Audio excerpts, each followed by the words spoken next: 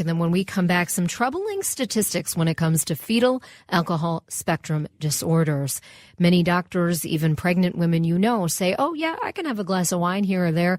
Well, my guests coming up from Proof Alliance, they're in the green room now. They'll be in the studio shortly to say no.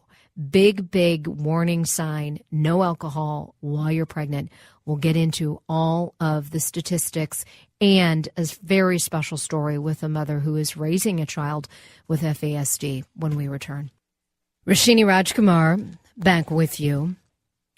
You've heard it often, and in fact, the topic of pregnancy is very real to me right now. No big announcement. Nope, not me, my sister-in-law. About 5 weeks away from giving birth. And so anything that has to do with babies and pregnancy is very top of mind for me and my family right now. But you have friends out there, you have siblings, relatives, and the topic of alcohol in pregnancy. When we were little, many of us, it wasn't this big prevention topic, but it definitely has grown to be. But you've heard maybe even doctors, definitely pregnant women saying, oh, yeah, I'm allowed to have one glass of wine here or there or once a week or whatever it is. Well, my next guests want to put a big ixnay on that. They want to change your mind. And really, why? Because they want to prevent developmental disabilities. The numbers are staggering. In Minnesota, just one state, our state, 7,061 babies born each year with prenatal alcohol exposure. For some groups, the prevalence of FASD, which is fetal alcohol spectrum disorders, is estimated to be 2 to 4%. What does that mean? 24 to 48 of these babies per 1,000 children. That's just too much. One baby having an FASD is too much in my book. We're going to get into this with my special guests today. They are Dr. Jeff Wozniak. He is a University of Minnesota researcher, but we are lucky because he is a national leader in FASD, and he's right here in studio with us. And Julie Rossman, she's the parent of a child with FASD, and she's a member of Proof Alliance, its board of directors. It is a group committed to eradicating FASD. Julie, let's start with you. Tell us about your son. Well, thanks for having us on. We really appreciate it. My husband and I adopted Maddox in 2006. We didn't know we would have this diagnosis, so it was through a course of years when we started seeing some of his behaviors in daycare and school where he started acting out.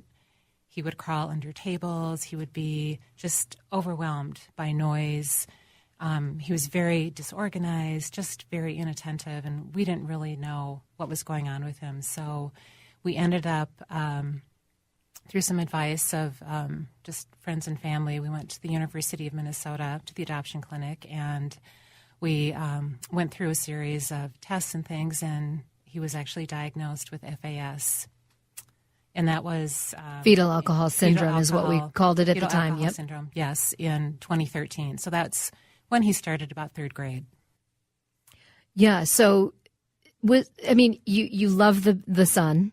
But what was that? I mean, how do you then sort of get into that brain frame where you now know this information? You have the diagnosis. Well, when we first received the diagnosis, my husband and I didn't really know where to turn. So, again, through talking through friends and doing some web searches, I actually found MOFAS, which is the Minnesota Organization for Fetal Alcohol Syndrome. It's actually now known as Proof Alliance. I started there.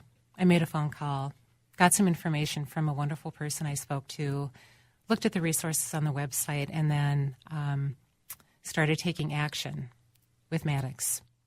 All right, Dr. Wozniak, I want to bring you into this. So Julie and her husband's story, unfortunately, is not unique. There are many children out there on this spectrum of FASD. Give people the visual on what it really is. Sure. Fetal alcohol spectrum disorders are conditions that are caused by prenatal alcohol exposure. And we know through many, many years of studies, about 50 years of studies now, that the brain can be damaged at any point in pregnancy. And this includes the period of time very early on before people realize that there is a pregnancy. within the first weeks of pregnancy.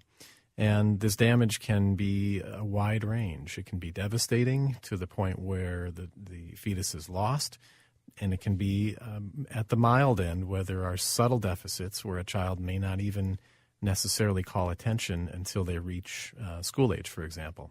So it's really a wide spectrum, which is why we now use the term fetal alcohol spectrum disorders. The most common areas that are impacted are things like attention span, planning skills, organizing skills, and to some extent learning and intelligence can be affected in the more severe cases. I am talking with Dr. Jeff Wozniak. He is an FASD expert, and Julie Rossman, she is on the board of Proof Alliance and a parent of a wonderful son. He does have an FASD, and we're going to hear about how you now cope with that. But first, Dr. Wozniak, I want to break that myth you hear still to this day. As late as 2018, as recent as 2018, I was hearing from pregnant women, oh, yeah, I can have a glass of wine here or there. What do you want to say to those moms and those families? Well, really two critical points. The first point is that we don't know that there is a safe threshold. And I've been studying this working on this condition for over 20 years and studying it with brain MRIs. And many of my colleagues do animal models where you can really dig in and find out where would this threshold be? And we haven't identified a threshold. The field has not identified a threshold. So the idea that's in the public about some alcohol use is safe or one drink is safe is really based on absolutely nothing. No science, and it's just kind of trying to appease the mom, maybe. Well, yeah, I think, alcohol is an accepted part of our culture. So people have a little bit of a hard time with absolutism when it comes to alcohol. And so we somehow have landed on this notion, and that includes physicians, and I have colleagues who still struggle with this, obstetricians, pediatricians talking to moms who've already had kids about their pregnancies. And we don't like to be absolutist because it turns people off. And we don't have any clear evidence that we can say one drink is fine, 1.5 drinks is not. It's not at that level of specificity. So you're just saying no alcohol. Right. Absolutely no alcohol is safe. And if we knew of a safe level, we would certainly say that. But we don't know that. And so the obvious thing to do is to not consume any alcohol.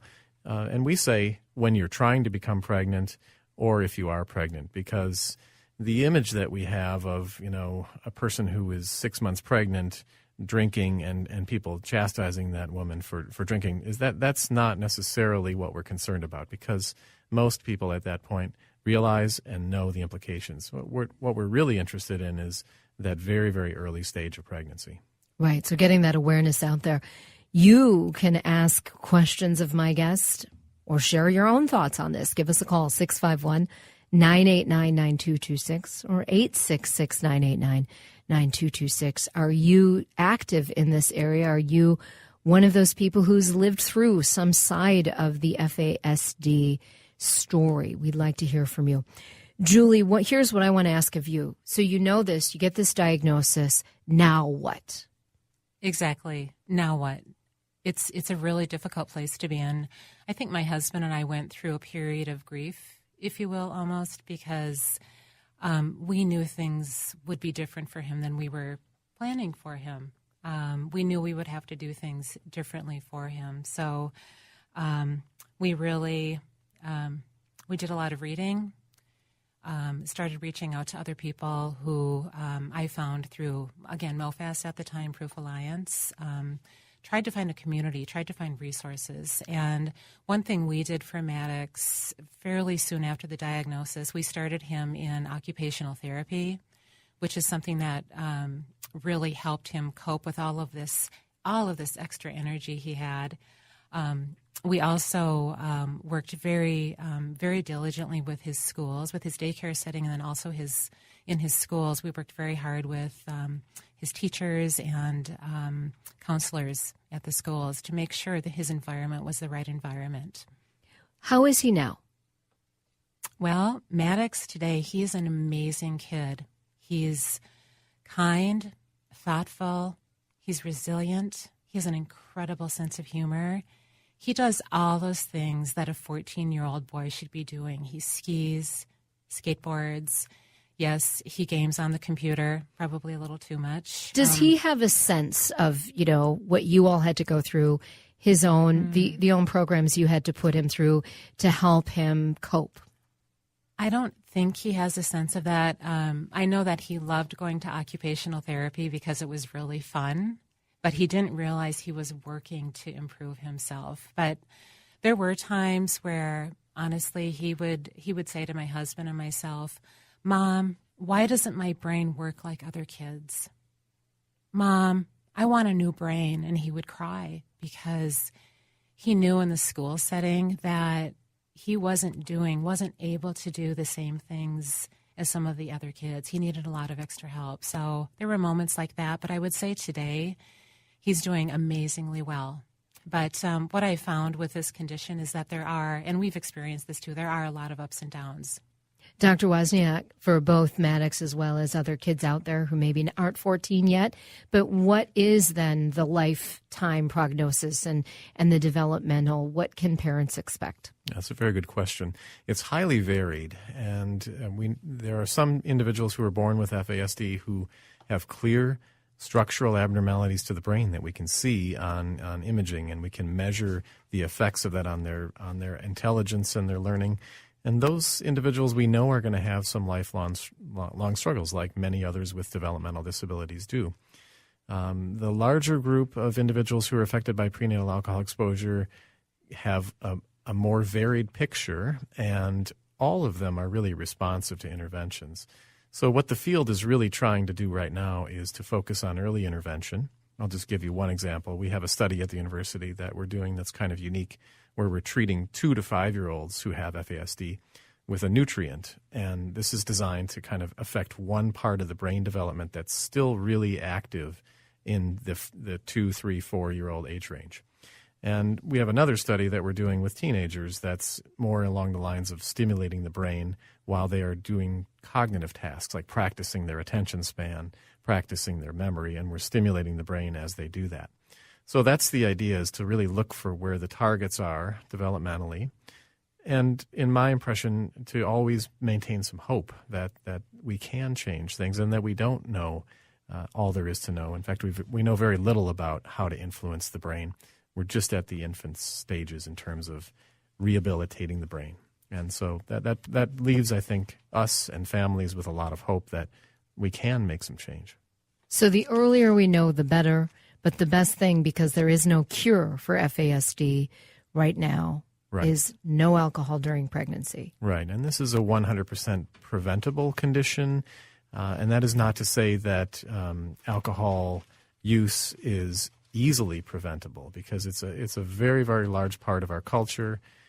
Alcoholism or alcohol abuse is a very difficult and resilient problem to break.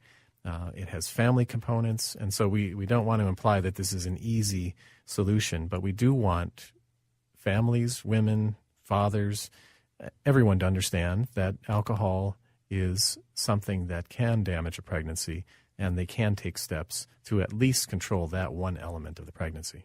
All right, we've kind of hit the listeners with some heavy content. We were talking movies and fun and awards in the first hour. We're going to talk the producer of Green Book in the 2 o'clock hour. So, Julie, I want to wind down with you.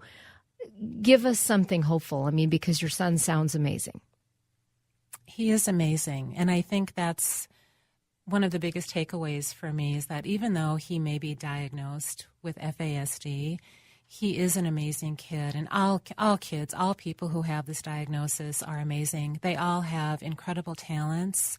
And as we like to say to our son, he has incredible superpowers. And we are really in a good place to help identify what those superpowers are and what he can really be with in life because of those. Which is terrific. And if people still want kind of more of a visual to support our conversation today, go to my Facebook wall, Roshini Rajkumar Facebook page, and I have a wonderful video that Proof Alliance shared with me. It's very short, and it really shows you this kind of history of, there was a time when people drove without seatbelts on, from that to the things Proof Alliance is doing, a great video that they put together. Also, if you want to find out more about the organization, getting help for your family, for yourself, or if you want to volunteer, go to proofalliance.org And Dr. Wozniak, I understand there's a gala coming up also on May 1st for Proof Alliance. I'm sure you want people out there at the gala.